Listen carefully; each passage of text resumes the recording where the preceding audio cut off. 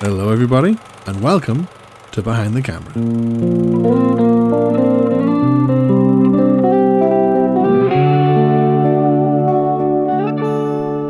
So, here we are with episode 88 of Behind the Camera, and today we have a special midweek edition for you.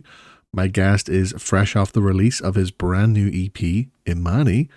We take a deep dive into this project and the theme of faith behind it, hip hop as a form of storytelling, and the importance of local community. My guest today is rapper and recording artist HAAWWS.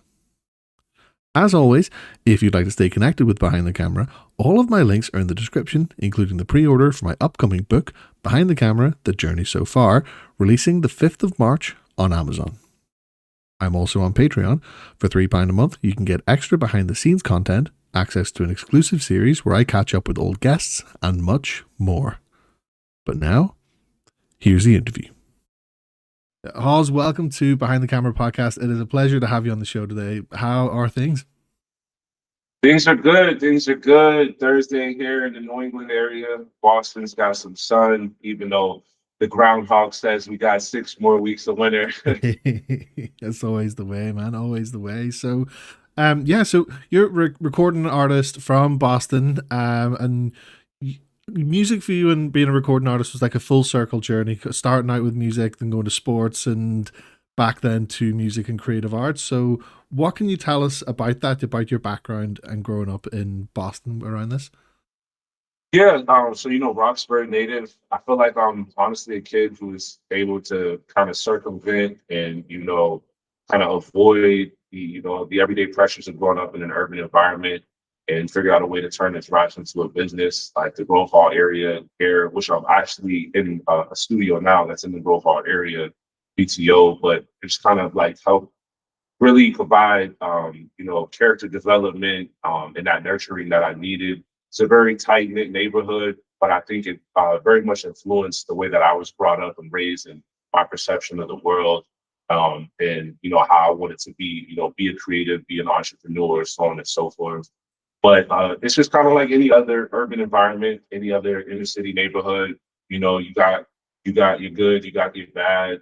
You even got some of the ugly. But got a village here of not just artists and business owners, but real community members who like share love for the arts. I feel like it's a very historical community and neighborhood, Roxbury.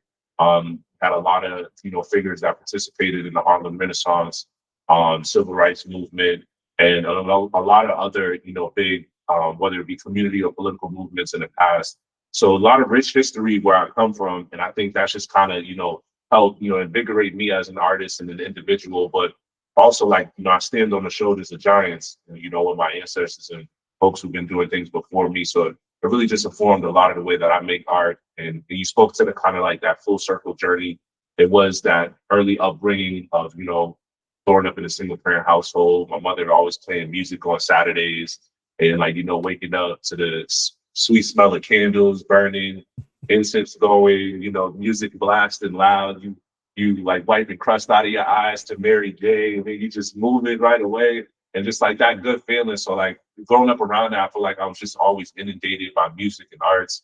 And then, as you get older, you kind of start to find your own way, transitioning into sports and doing that, whether it was high school or, playing around the neighborhood.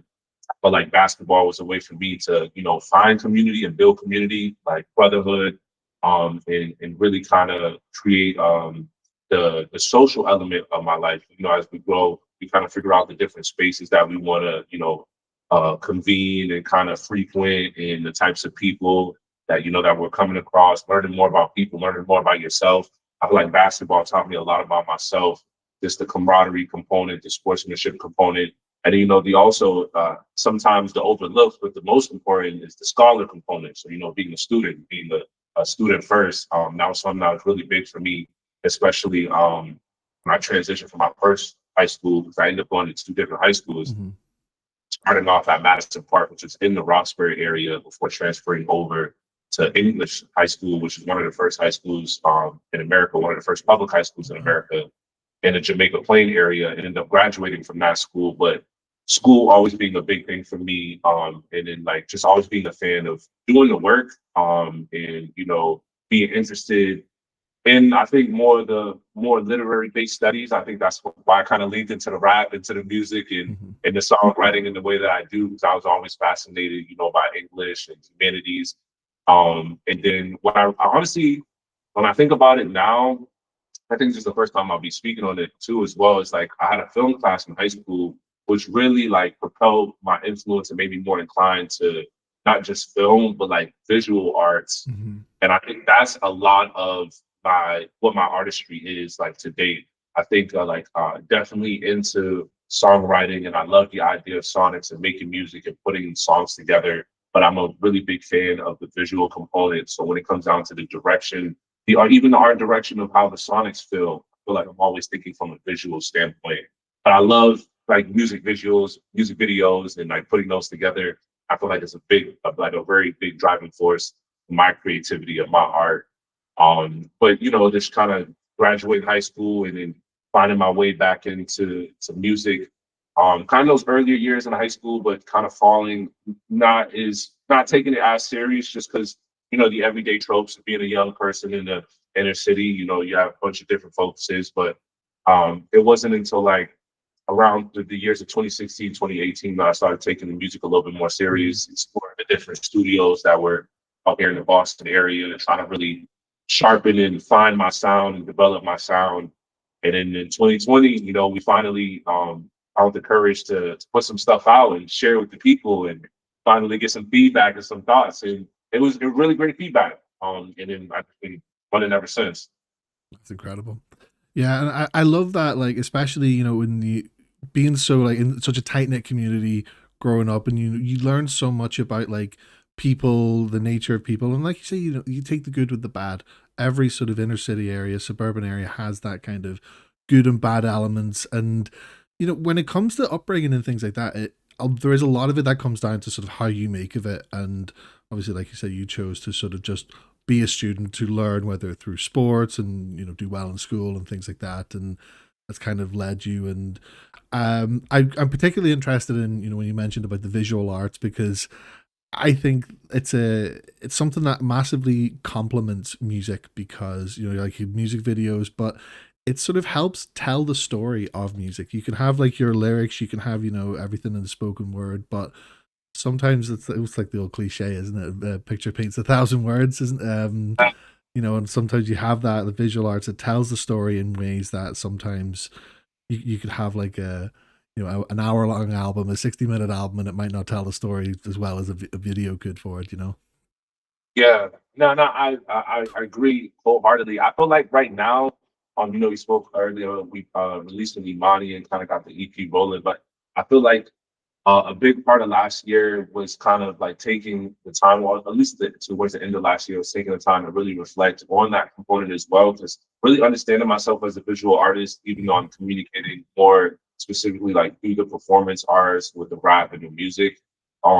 Like to your point of that narrative building, the storytelling component, that's something that always have taken very serious, and wanted to really figure out what is it that I'm communicating. Hmm. And I feel like in the beginning of this year, I really understood that a lot more with this new project. I feel like personally right now I'm in an era of communicating an aesthetic, specific in aesthetic in the sense of the world. So not a specific aesthetic, but communicating aesthetic as how it's perceived from me. Like I'm only doing what I like and what I believe in as far as putting out my art, and those who gravitate towards it are the folks that gravitate towards it in a sense. So I feel like, and a part of that, my narrative and in kind of what I'm sharing is like who I am, who I was raised to be, where I come from, and I feel like all of those elements are incorporated in the visuals, in the art direction. So whether that be like promo visuals promoting the music or building up to the rollout, whether that be the actual music videos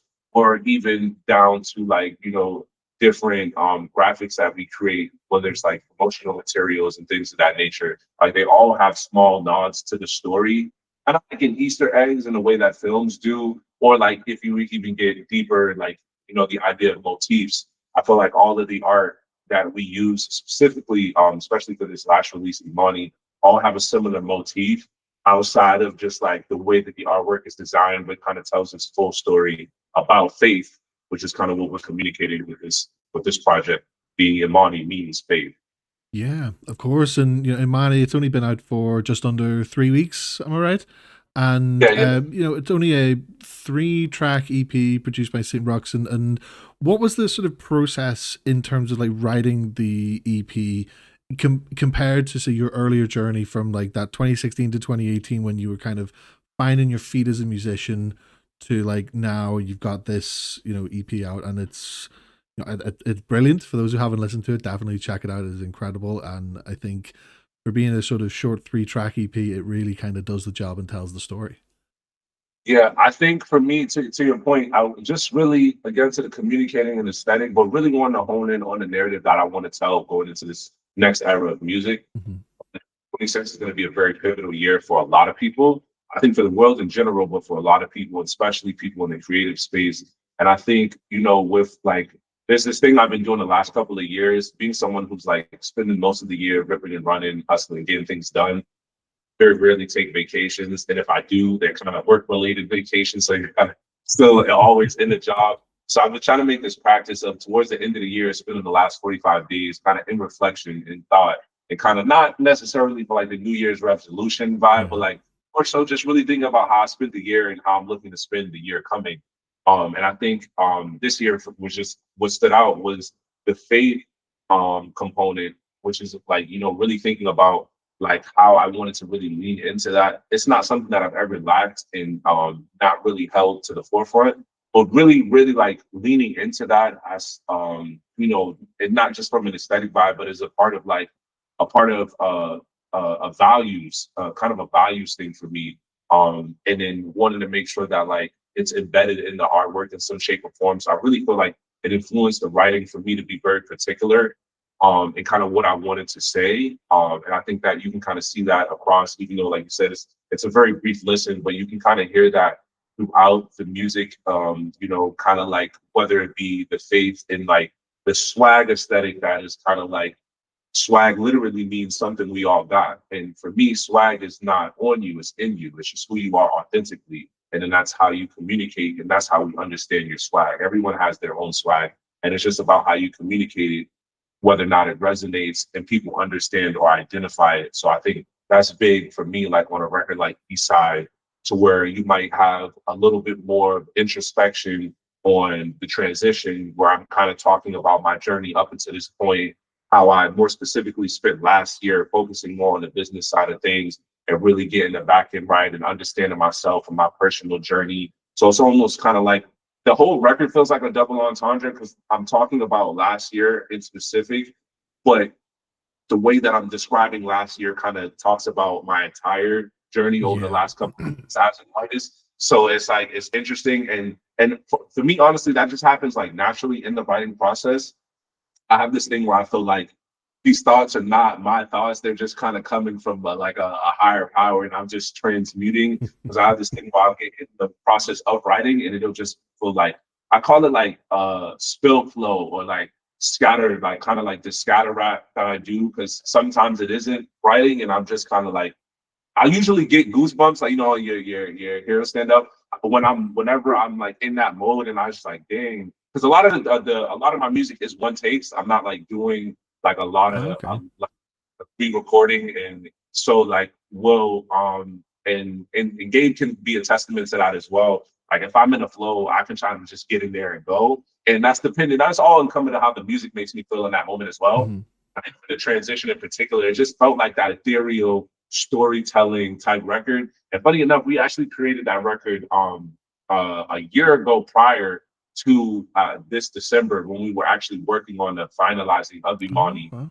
Just in the process of making a bunch of records and then feeling like these ones like had fit. There was another record that we end up not being able to actually include on the EP that was called Soul Intact, and that was a record that I was really extremely excited about, but we weren't able to clear it. Use a copyright. Yeah. Well, um, like so the transition we felt like was a really great fit to kind of continue to tell that story and then work as an intro record then it kind of goes into in the news, which is a little bit more of me, kind of like the traditional rapper braggadocio swag, but kind of still hitting home on that, like, this is what I want you to know. I feel like myself, I make fact-based hip hop. So I'm writing about my life and my everyday. So it's just like I feel like my challenge is figuring out how to make my everyday sound swag. Like, Yeah. how does it sound? How does it sound relatable so that people are like interested in? Because I feel like a lot of the concepts that I include in my music or things that I talk about are a little bit unconventional and non-traditional. I wouldn't say go to as far as to say alternative, but I just feel like I have a different way of saying the same thing that somebody Mhm. else might have said. And that's kind of like my personal swag. But for a record like in the news, it's kind of like really just popping my swag and letting folks know that kind of to those for those doubters and those haters out there too as well, because if the love exists, then the hate has to be there as well. So not focusing on it, but letting folks know that I'm aware of the conversations, the chatter that may be going on, and just really also just putting that out there, taking a stance. I think that's something too as an artist, being an entrepreneur as an artist, which you are, we all Mhm. are, businesses as well. I think sometimes how we're seen and how we're looked at um, can be based off of the history that how artists are seen, like historically. But then just kind of like in comparison to other industries or other professions, sometimes we can kind of be like, cast it out or like be considered a black sheep in certain spaces because it may not be like the quote unquote traditional job or profession or like a secure career or whatever lifestyle for whatever reason. So just kind of like kind of popping my stuff on that record and letting people know that like, nah, I take this serious and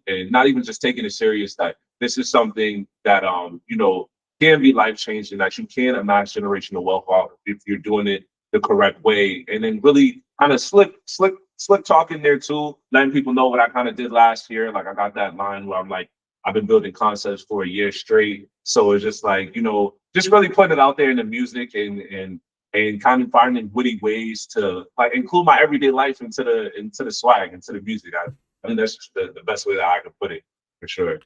Yeah, definitely. And like with that, like with swag, something we all got. Like that's kind of as authentic as it gets, and that's something that when you're kind of releasing a record like this, it needs to have that kind of level of authenticity. And it was interesting you mentioned that there does need to be that kind of level of relatability, and it's like sort of, so how do you kind of, especially if everybody's story is so unique and so like, because this is coming out further than your kind of local community, for example, it's like, how do you kind of relate to a wider audience while just telling your story that's as authentic? And as you say, there's going to be love, there's going to be hate, there's going to be people who will look at things and think, well, this is a bit non-traditional, so it must be inauthentic because it's trying to make a statement. But that's just such a cynical way, that like that's like the kind of cynical way that people look at things sometimes. And how do you sort of like balance the two things of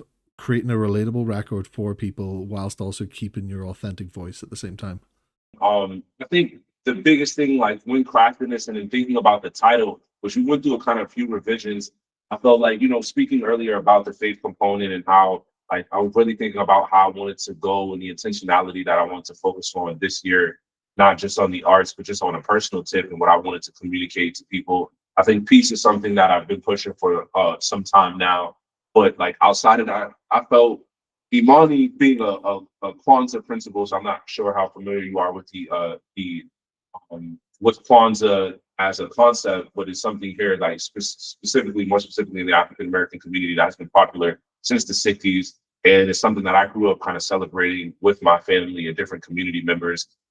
So like that's where Imani, the title name, comes from, which is the sixth principle of Kwanzaa, meaning faith. But faith is something that we all have. Yeah. Everybody has their own sense of faith. So I think that was something that there's a concept that could be very relatable. And then embedding that my story, which everyone can share, like everyone would be able to understand and relate to, as far as like whether you grew up in an inner city or a suburban area.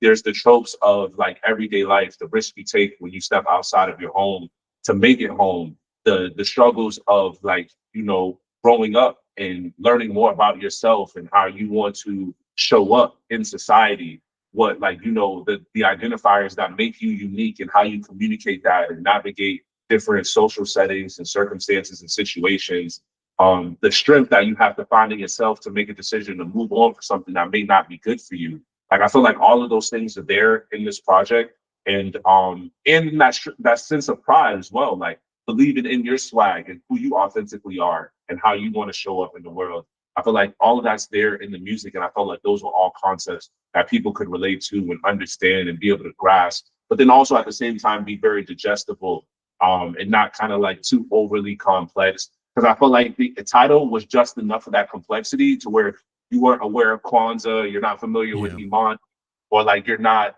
you may not be African, so understanding Swahili and kind of what that means to their native language.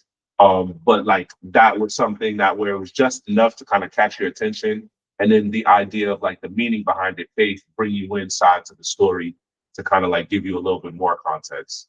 Yeah, definitely. And I think it is a smart title for that, because for that reason, because it does kind of bring that awareness to people who may not be familiar. Like for example, like myself, like I didn't know what Imani meant. I didn't know the sort of connotations or anything like that, but it was very, very interesting to sort of to look up and learn about, and especially, in the context to the EP. And would you then describe it as in the sort of concept of faith, that it's like a reflection on your journey and like looking forward to the future, like having had that faith to get you to this point and further along?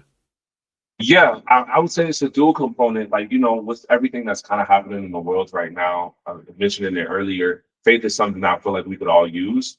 And I think it's something that, might have felt fleeting over the last Hmm. couple of years, depending on where you're at. But I feel like globally, there's always been things going on. And I feel like social media has brought us a lot closer, and kind of eliminated certain borders that may have existed pre-internet, allowing us to kind of see what's going on in each other's backyard. I think faith is something we could all agree is something that we need right now, more than ever. So there's that component. But to your point in question, like yeah, kind of like that. What I want to stand on as a character value of mine and kind of make public of like this is how I lead my life. This is how I navigate. This is how I get through those ups, and not just the ups and have those ups, but also those downs, Yeah. and understand quality is that as well. It's like no matter what, I have my faith, and that's what allows me to keep moving forward. It was something that I really heavily relied on in the past, but maybe wasn't as vocal about, and kind of found ways to include it in the art, whether it was beknownst to me or not. But now that I have this a fuller understanding, I'm a little bit more older, turning 28 this last year. This is something that I want to communicate as a part of my artistry, as a part of who I am as a human, and let people know kind of like where my mind is at with things, and like how important faith is to me and how important it is to like my career as an artist and my artistry. Yeah, for sure. And when you just sort of tap into things like that, like the notion of faith, like it really can change like your artistic direction in terms of how you look at things, because it's about perspective as well, isn't it? Especially when you're writing lyrics and you're trying to tell a story, there's so many different perspectives that it can be told from. And taking Imani and then comparing that to the rest of your your other EPs and your albums, would you say that there was like a little bit of a different process in terms of coming up with Imani compared to the others?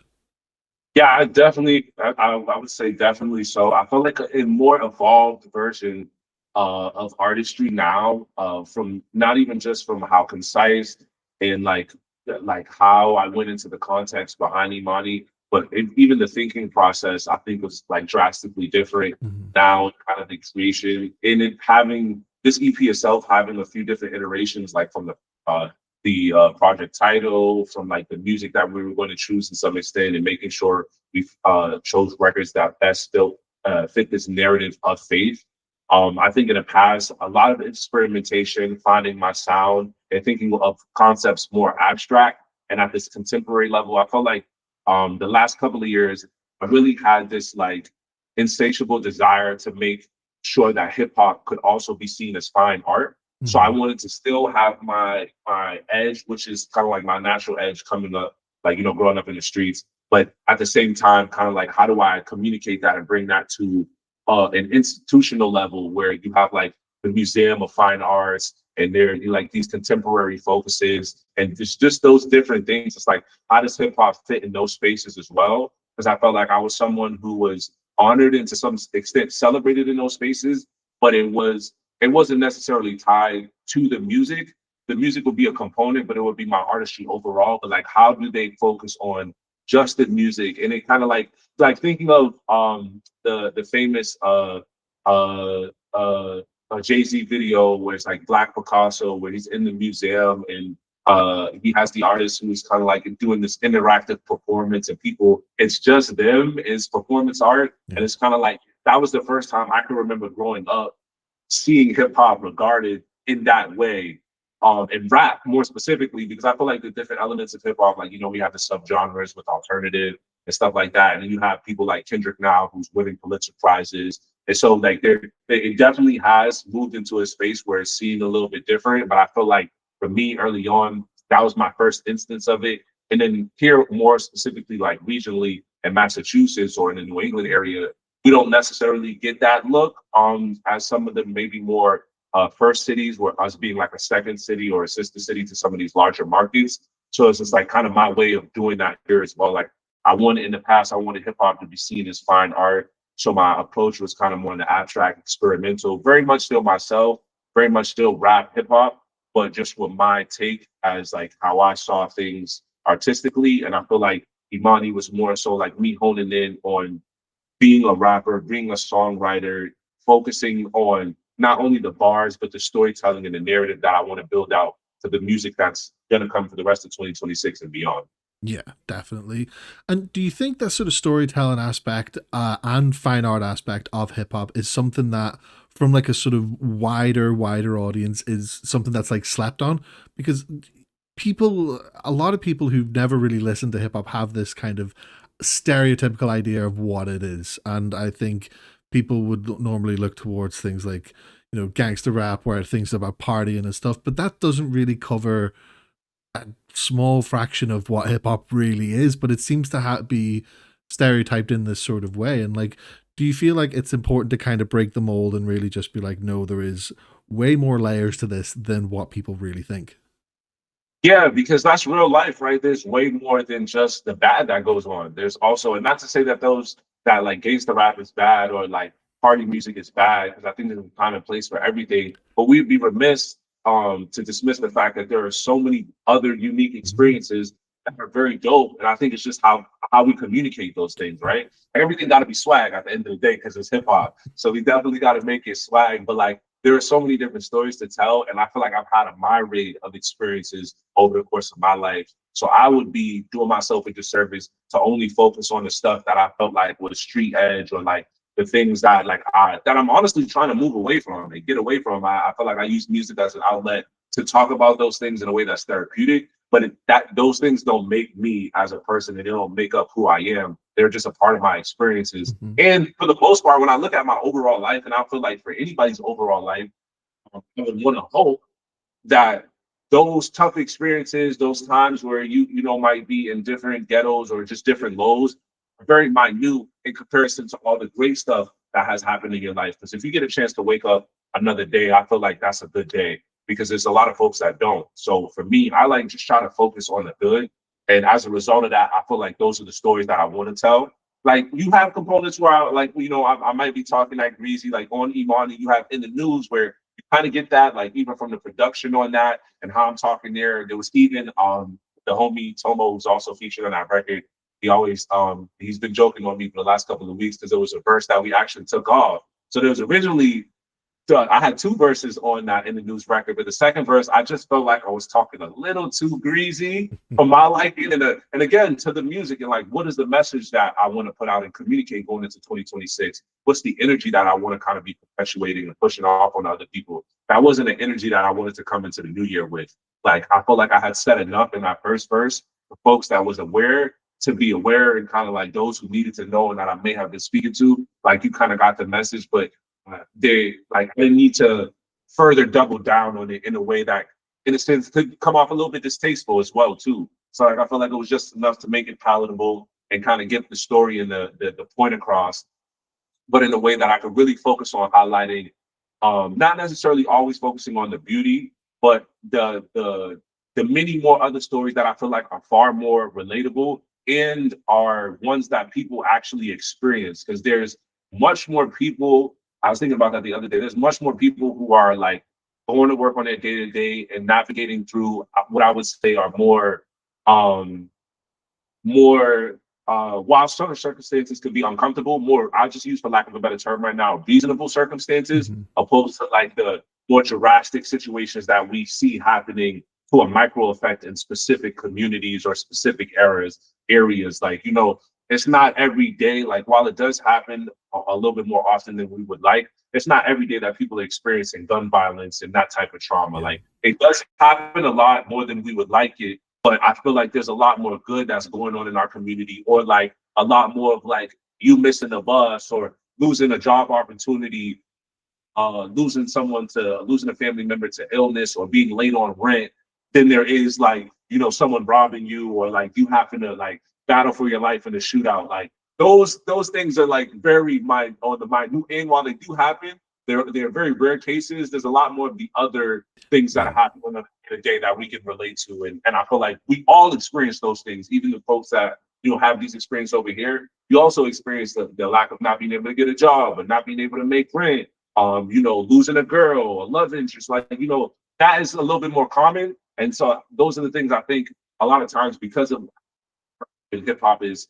popularized in the mainstream, those stories kind of get like kind of seconded and kind of pushed out. But those stories are just as important because much more people go through that than this stuff over here, if that makes 100%. sense. Yeah, oh, absolutely. And like it goes back to the point earlier that we made about like things being relatable. And I think that's such an important slept on thing is relatability, especially in music, because a lot of people like just the everyday man will just be kind of like, well, you know, I mean, what I don't do much with my life, this, that, and the other. But then they hear like a rap song about like like there's a particular one that sticks in my mind. It was by Logic.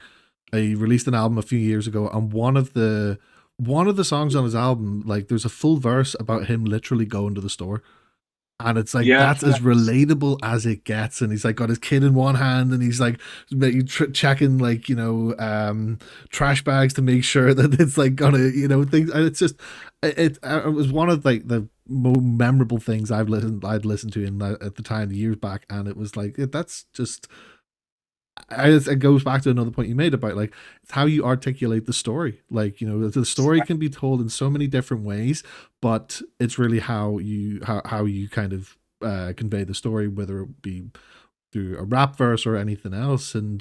Um and like again, another point that you made as well about the doing everything in one take, and you mentioned that ultimately comes down to feeling on the day. And like, so you have like say all your verses written out that you want to do, but do you just look at it on the day and be like, well, this kind of tells a story in more ways, I'm just repeating myself, or maybe just we'll see what the kind of flows like whenever you are recording?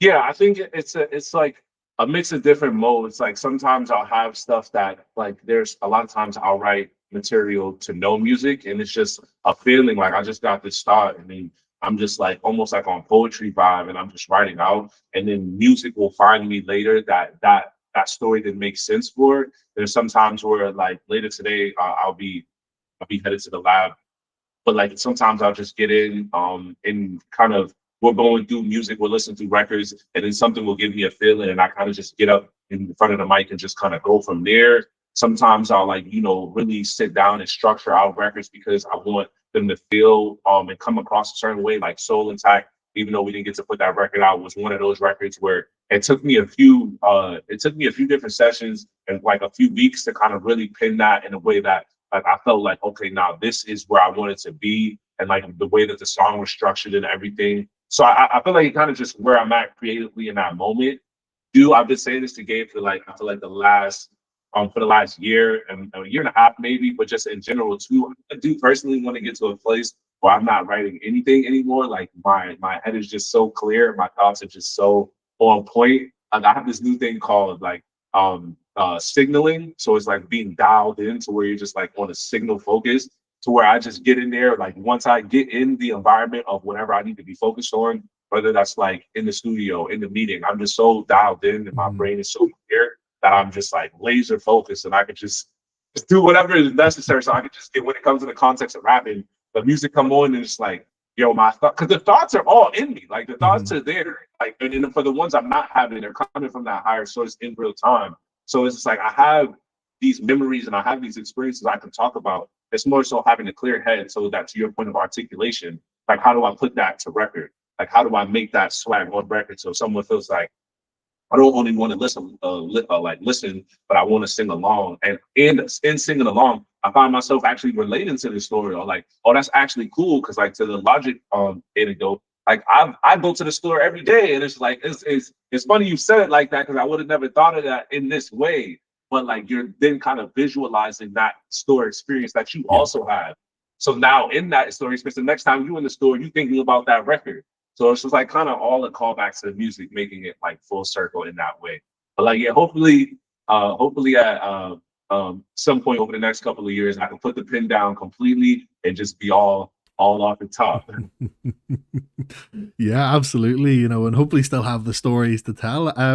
But just like so, say to step outside of music just for a second, but in a way, not really. There's a few other like community based projects as well that you know you've been a part of, which I want to touch on. So there's the Dorchester Art Project to start, and then there's the you co-produced the second annual Mass Music and Arts Summit last year as well. So, what can you tell us about these and just sort of how they relate to like the importance of giving back to the community that you were nurtured in?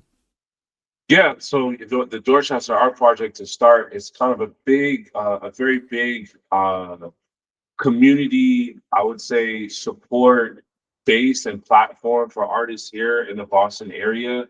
Um, Something that started out as simple as an outreach program that had a studio space here in the Dorchester area of Boston. And kind of just supported artists with studio space. Some colleagues of mine, with the leadership of someone who had been at the organization before, who actually have been a good homie of mine as well, kind of coming together and taking that from just an outreach program and turn it into a full-fledged artist cooperative that focused on placemaking and creating artists opportunities for artists in the community, like platform to take their ideas from that idea and incubation stage to actual operation. So like being that dash in between, connecting them with like whether it be resources, different networks, or actually the tools and hard skills to realize some of the projects and ideas that they have as creatives. And that was honestly a dope experience. At the top of this year, I did make a transition out of the cooperative, so I'm no longer with the Mm-hmm. organization. But they're still going on to do dope things, and they'll have an extremely great 2026. But we was able to do a lot of dope stuff over the last couple of years, whether it be raising money for the arts, supporting and sponsoring different artist projects in the community, helping out with existing outreach programs and other community partnerships. And then you have the Mass Music and Art Summit. I mentioned earlier that I'm kind of in BTO studio. So BTO stands for Beat the Odds. They're a creative youth development organization who provide mental health and wellness services and youth development artistic expression.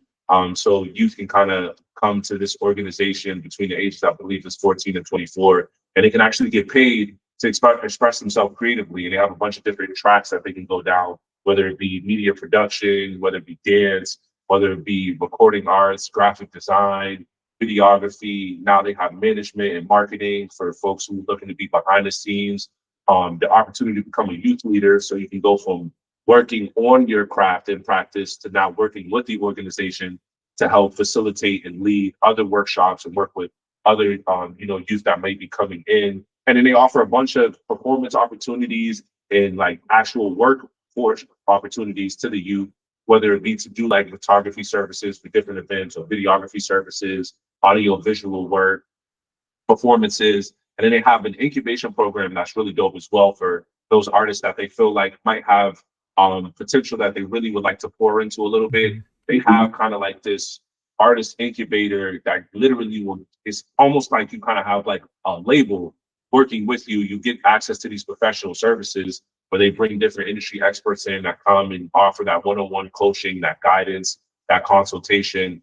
And then there's actual resources where they kind of pay for photo shoots. They give you performance opportunities, give you recording and studio time, rehearsal time, which I think is really dope. But just thinking about the larger community as a whole, Gio and Camilla, the co-founders here, Gio being a really good homie of mine, Camilla as well. Just thinking about how they can broaden the horizon and broaden the spectrum on who they're able to serve outside of just the youth here in the city Yeah. of Boston, and kind of opening up the community of BTO to the larger audience of creatives in Boston. And that kind of birthed the idea of the Mass Music and Art Summit. But we had started 2 years ago, so we're on a second iteration this past year, where we partnered with the Hayloft Hotel in the Seaport area here in Boston. And essentially, that's just an industry expo where we're opening up, what we know as far as infrastructure and resources to the entire scene in New England here. We see people come from as far as Los Angeles to participate, and we're bringing down different industry experts that we've built relationships with over the years, and kind of just being in panel discussion kind of format where people can hear directly from experts about how they do their jobs, their history, the different things that they've learned over the years. That live Q&A component where people can ask questions and get real-time feedback. We do playback sessions where sometimes people can actually meet with A&Rs and give feedback on their music. There's also workshops that are done where different community partner groups or organizations that are like art-based and art affiliated or focused on like development around artists or offering specific resources come in and they hold workshops.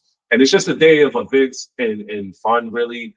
Like I said, we've been doing it for the last 2 years, and like it's really been this focus of kind of making sure that the infrastructure that didn't exist here in Boston is getting built now. Yeah. For a long period of time, we didn't have these resources, and there wasn't a way to really connect with industry. And so that's kind of what the Mass Music and Art Summit has been over the last 2 years. That one-stop shop for you to be able to meet and be in proximity to those folks that you wouldn't be able to reach or be able to talk to just on a day-to-day, because we just don't have a lot of that here in the Boston area, specifically for hip hop too as well. So it was like our way of kind of giving the community something, a platform, an infrastructure to kind of build off of for their creative entrepreneurship in their careers and journeys and so on and so forth.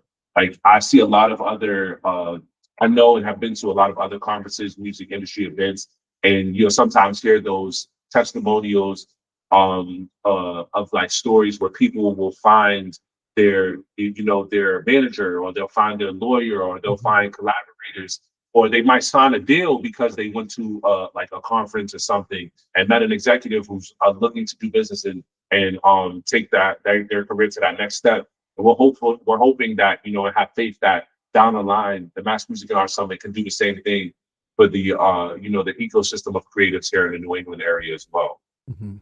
That's such an incredible thing because in these sort of local communities, you have people who do have opportunities or don't have opportunities, or they might not know what they want to do. And I think to give them that kind of exposure, at the very least, the exposure to sort of be around these people who have kind of lived that life and are in the industry, even just having the resources to figure out what it is that you might want to do in that sort of industry, because I think it's it's such a broad spectrum, music and creative arts, Yeah. particularly because I remember when I was a lot younger, I was definitely like, I want to be like, a musician. I wanted to be a guitarist. That was this, but like that's the most generic term when you look at it. When you break it down, it's just like, I want to be a guitarist. Like, okay, cool. What do you want to do? And then you learn there's so much about it, like, and especially behind the scenes, the production element of it. Like, there's so much that goes into it, and I think that incentive to sort of give people that exposure is just absolutely fantastic. And I think it's definitely some more that a lot of people would get in their lives for sure. Yeah, and I think that's the big component, especially with this last year in the planning process. With the committee members that kind of help organize, and we have a lot of great folks that help us, bring the event to life and really bring everything together and make sure that it's cohesive.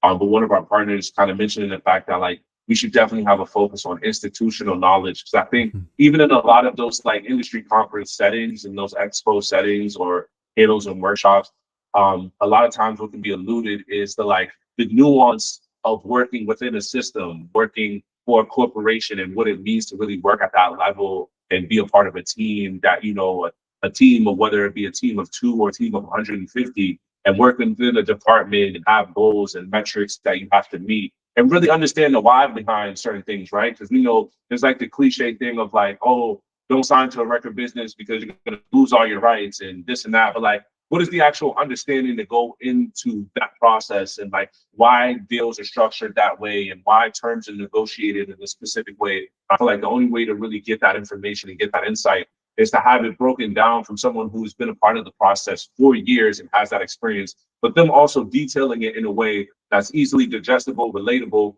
and then like really using like examples and case study to really like break down some of the experiences that they have, and not just kind of giving this like vague high level overview. So like I'm really grateful for the panelists who come down and really, which is mostly everybody, but really give more than just the stereotypical panel answers to different questions that we had. We really try to be very intentional about how we craft the questions and the program as well, to make sure that like people are getting as much as they possibly can out of the overall experience of the summit. Definitely. And I think that that sort of side of the institutional side of it, the entrepreneurial side of it as well, is something that is certainly important to tap into, because I think there gets so many people who don't really realize how high up these things go and what really are is in what they entail, I should say. Because like you say, like, record deals, why are they structured the way they are? And I think anybody gets a contract in front of them, they're either it's going to go one or two ways. They're going to just immediately see a figure of how much they're going to get as a signing bonus, sign the name on the dotted line, or they're going to be hyper cynical about it. And it's, I think when you find that middle ground, you really realize everything is what everything means, what your sort of protections are, and that's like that cuts out so much heartache, I suppose you could say, in a way. Yeah, and I would agree, and I think that's kind of the biggest component, right? Too, because while it's the mass music and art summit for that reason in particular, it's for creative entrepreneurship. So you don't necessarily have to be a hip hop artist, be an R&B artist, be a songwriter or a musician. You could be someone who's interested in media production. You can be interested in dance. You'd be interested in event design and planning, marketing, filmmaking, all the other different things that fall under that creative lens. This is the place for you to come, listen from creatives who've done it, who have the experience, who tried, failed, tried again, and succeeded, and literally be able to get that like industry insight, and then that interpersonal, connection as well. When folks get off stage, they stay. They don't just, scurry back to the hotel or head back off to wherever they came from. They really are in community. That's something I appreciate, a lot as well. The folks who've come down and really been in community to stay long, extra hours, to really hang around the summit and participate in the other panels following. And, those folks learning from other experts that are coming down and being able to connect and then go on to do other things. We've had people who have been at different companies who have met here and then decided to go get lunch. And then now we're finding out they're doing business, or now they're on a call somewhere else, planning something. So like this has been a conduit for bringing people together for opportunities, outside of the summit in the future as well. And that's been really dope to see, because that's what we really want to do, right? Say this thing here about why I feel New England, Boston, and Massachusetts more specifically being like the Bay Area 2.0 over here in like the Western market, and kind of like on the US side of things, like we're gonna be that next independent base. Like we're definitely gonna have to get it out of the trunk, definitely gonna have to beat the ground and kind of really put feet to land and meet the people. But I think it'll be a successful model here because of the type of community and the type of market that it is. You can really get outside. The communities are very close knit. The niches work well to where it's not kind of like blackballed for being niche. You're actually kind of celebrated and upheld a little bit more for being niche and not necessarily being like everything else. And I think the summit is a testament to that as well. This is very niche event in comparison to the other type of industry expos that we get here that might be more educational oriented or health and wellness focused. This being something that's specifically, for the arts and for creatives, it's definitely niche, but we've, over the last couple of years on both days, for both year 1 and 2, seeing over 500 people kind of come through and being in participation, being in attendance, really pulling something from it and leaving whether they're, creating social media, tagging us and stuff like that. It's just been really dope to see that people are excited about it and that they're appreciative that we're kind of bringing this resource to the market, as it's something that hasn't existed from what my partner, homie Geo's told me. He's much older than me, for like over 20 years now. Like, I guess we did have a summit or conference like way back when, but it definitely wasn't done to this magnitude. And it wasn't as widespread to cover the different Yeah. experiences of creative entrepreneurship. It was definitely more so like heavily music focused back then as well. So I'm glad we've been able to add a new spin on it too, like up the swag, if you will. Absolutely, and I think it's so important to sort of branch out in like with creative arts as a whole. You know, as we mentioned, everything that like that can include, or even a fraction of what that can include. You know, and these things as well. They're like a fantastic networking opportunity. You know, you mentioned about all the people who are coming from all over the place, or working within the industry. Like they hang out, they meet people, they share ideas, and I think that's the sort of beautiful part about it, because with creative arts there's no kind of limits to no limits to creativity, no limits to storytelling, and even like expanded on a niche, like like you mentioned that people, like niches can be seen in a particular way at times, but also at the same time, like they really can be some of the most groundbreaking things. And it is because of like these events where people can meet each other, who have different backgrounds or whatever it may be, integrate that, and it just creates something special. Yeah, I think that's a big part of our movement here too. I feel like that's why I feel like we're so reminiscent of like a Bay Area independent market, because there's just a lot more of niche movements Mm-hmm. happening where people are building their own micro communities and they're doubling down and really building those out and feeding their fan bases in that way. And that being a focus, I feel like has helped propel unique stories and stories that like are unique to those artists, but are also very relatable because the concepts and the things that they're talking about are relatable as well. So even making that like very full circle. And then so it's great because like with that being a thing, we kind of have this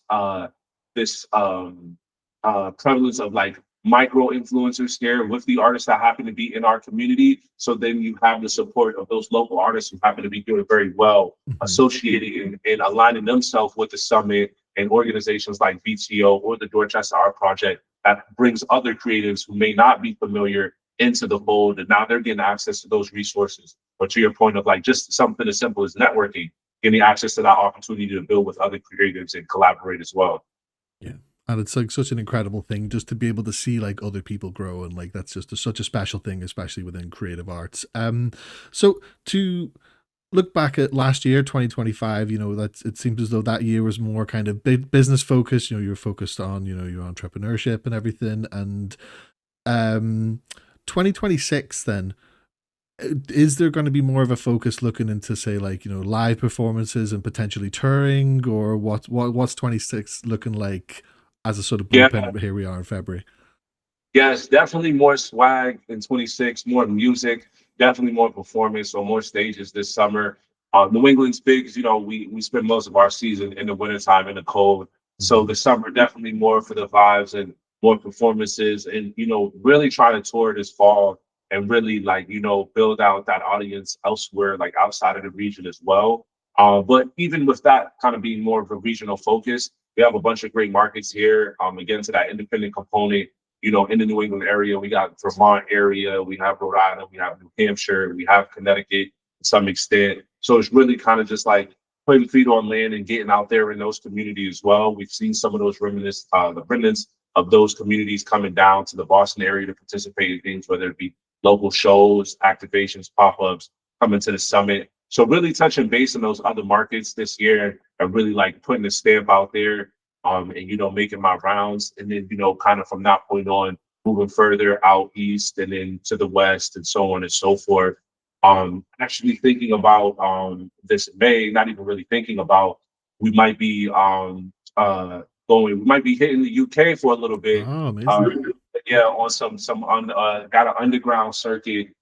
So my older homie, big bro and business partner, Nice, we actually have an apparel company together called 456, which he founded in the beginning of 2025.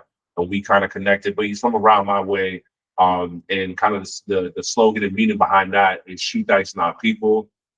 So we do fitted caps, we do apparel, we do the whole nine. It's a streetwear fashion brand that we've really been pushing and picking up steam with over the last year and a half. I would really say, because he incubated in 24 and it started in 25. And then so someone had actually hit him. Now he's kind of dived into the music space. So a producer he's been working with, she invited him overseas to do like a small tour run, which hasn't necessarily been announced yet, but he wants to bring him out there as kind of commemorate that project because he's a producer with a lot of esteem over in the UK area. You may or may not be familiar with Chef Bogey. He's been doing his thing on the underground tip and kind of be picking up a lot of steam. And so we're going to be maybe heading out there to support that. So I know there'll be some shows and some performances tied to that. And that's kind of in the May. So that's pretty soon. But like looking to do more touring during the fall, but definitely performances on stage all Yeah. summer. This is kind of the summer of stages, how I'm saying it. The summer of stages for sure. So we got music and performances coming back to back. We actually got some, I don't want to speak too soon, but we got some more music that at the top of spring might just be here. So definitely got to be on the lookout for that. Love that, love that. I love the way that you've done things, especially in your journey. Focused on the business side of things, and established yourself, established your name, like as a player within hip hop, R&B, creative arts as a whole. Just so many different things, and then it's just like, well, here's what else we've got going. We've got like music tours here and all this, and I think it's just a really, you built up everything in the New England area what you've got, and I think it's just fantastic, and it's just the only way I can see it going is just exploding out over the across the states and everything, and even further to the UK, which would be incredible as well to see. So there was just one more thing I wanted to leave you with as well, and it's just a hypothetical, as it were. So let's look down the line here, and I want you to build your ideal dream show. You've got HAAWSS as the headliner, so what we need is, say, maybe two or three supports and a venue. What would be like the ideal show for HAAWSS? Ideal show. So I've always had this. I'm glad you asked me this question. So I've always had this dream of again, being experimental, loving the abstract, wanting to do things different, wanting to be unique, with the venue being non-traditional music venue. So I'm thinking of a cyclorama. It could be either here or New York. If it was to Boston, I would say Boston Center of the Arts. They have a very large cyclorama. They've only had one hip hop show ever done in history by the great late Nipsey Hussle, who is also the reason why BTO started their organization. So in 2019, they founded Beat the Odds out of the passing of Nipsey Hussle because of his influence. So just thinking about how large someone's influence is on the West Coast to Mm-hmm. have influenced two people over here on the East Coast that grew up in the Boston area to say, we want to start a youth development organization that focuses on creativity and supporting youth and helping them express their self and providing mental health and wellness resources as well. And so, like, he was the last show that the Center of Psychorama actually did. And that was years ago. And I had found that out in the process of like telling people, like, if I ever did a homegrown show that was like very theatrical and had all the production, had the pyro, had everything, all the visual, it would be the Cyclorama because I could create a unique experience there. And I feel like for supporting acts, well, even before I get to the acts, backline, I'm gonna need grapes in the backline. I need cranberry juice, ocean spray in the green room. I need sour cream and onion glaze for the backline. So that's cool. I definitely want I want to work with MF Dynamics. This is a really cool Maria is a very dope artist that kind of connects both visual elements and sound together in a way that she has this audio and audio reactive interactive experience that she creates with her art. And I think in bringing that into the performance element, I think can kind of just enhance the overall experience. But I'm someone who, like, if I'm going to do a show and it has the theatrics in the way that I would like it, we're going to be touching on all of the five senses, Mm-hmm. like everything. You're going to be able to really be a submersive experience. And then if we get into like supporting acts, it'd be the homie Tomo, who is a great friend, a brother. and just a great artist as well. Like in like Renaissance man, does it all from design to visual to production to songwriting and performance. Then I would say I would have Ethereal Visions because I feel like they're a group that's really much like kind of in alignment with in the way that I create art and kind of how I feel like I perceived and kind of very similar in brands in a way as far as like being hip hop and rap artists. And if I was to add one more, I feel like who would it be if I was to do one more? Um, oh man, I'm just thinking about like a full experience show that would make people feel like well fed. Um, I'll have to say the homegirl Key. Key is also another Dorchester artist who is here from the Boston area. You know, everything was homegrown because like, even the venue's homegrown because that's how I would do it if I had the opportunity to do it. Because I feel like these are artists that I believe in. I believe in their artistry, and I believe in them being able to communicate the, our vision here as artists and be kind of pillars and kind of like touch points in a way that to the larger audience or to the outside world that may be outside of our community here in Boston or in Massachusetts, that they would look at kind of what we have going on and be like, you know what, that's dope. I want to dive in a little bit deeper and figure out what else is going on in the scene. I feel like we'd be a great representation for that on a large scale, being that we're all different in the way that we communicate our art, but the lineup as far as curation goes and cohesion would make sense to see us all on the same bill. But even coming into that experience, each artist would benefit from the theatrics of kind of how the show is designed and it having its own unique element to each of their sets. But it would feel like a very cohesive, submersive experience to where it would still feel different. It wouldn't feel like these artists opening up for HAAWWS. It would feel like these artists having their own set within this overall Yeah. experience. Yeah, 100%. Almost like a sort of festival type vibe for that kind of show. I absolutely love that. And like, for me, the best part about that is that 100% sounds like it could be very possible in the near future. It sounds like it's like the most achievable, ideal show. And that's just incredible. Like, I absolutely love that. Yeah, I appreciate that, man. It's something that, like, I would love. I definitely thought of the like supporting acts off top. I think Tomo is someone who I would include because that's like, we've been in conversation talking about like the idea of touring and it being something that we really want to do, like, maybe opening up for another artist or going on tour with someone, for the sake of things. But I think just like that being like an ideal experience that I want to curate here for the city of Boston. And I feel like it could be transformative for how we see hip hop shows and experiences, and then also challenge us to think about how we kind of think about how we actually choose the location for shows Mm-hmm. too. Like we're not very popular here with music venues that are very supportive to hip hop and rap shows. That's still a barrier and a challenge that we're trying to overcome as we kind of change the narrative of how hip hop is seen here and rap is seen here in the Boston and New England area. So I think it could help with that, that process. But also again to that, just bringing things full circle to that fine art component, being in the center of Boston Center for the Arts, being in the cyclorama, that just being a totally different experience and really being able to do something that I feel like would be different, but also people would just love and really enjoy. For sure, for sure. And that's, I think, the important word of that is like experience as well. It's not just a show, it's an experience. And I think that really it carries a lot more weight, I think, for people going to see something creative, and that's incredible. But HAAWWS, it has been an absolute pleasure having you on behind the camera. Thank you so much for your time. Just before we do wrap up, where is the best place for the listeners to find you and your work?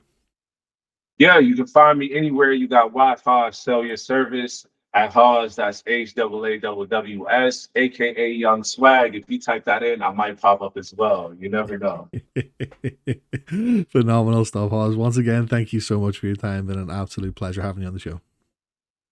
Pleasure, man. Any peace, peace. Take care, mate. And there you have it for episode 88 of Behind the Camera. Huge thanks to HAAWWS for joining me today and being so open with his story. Make sure you go and check out IMANI as well as his other releases wherever you stream your music. Massive thank you to all patrons. Your support is hugely appreciated, and as always, if you'd like to stay connected with Behind the Camera, you can find all of my links in the description, including socials, merch, and the pre-order for my upcoming book, Behind the Camera, The Journey So Far, releasing on the 5th of March. Thank you for listening, for the support, and for being part of the journey. Until next time, take care, stay creative, and I'll see you soon. But until then, peace.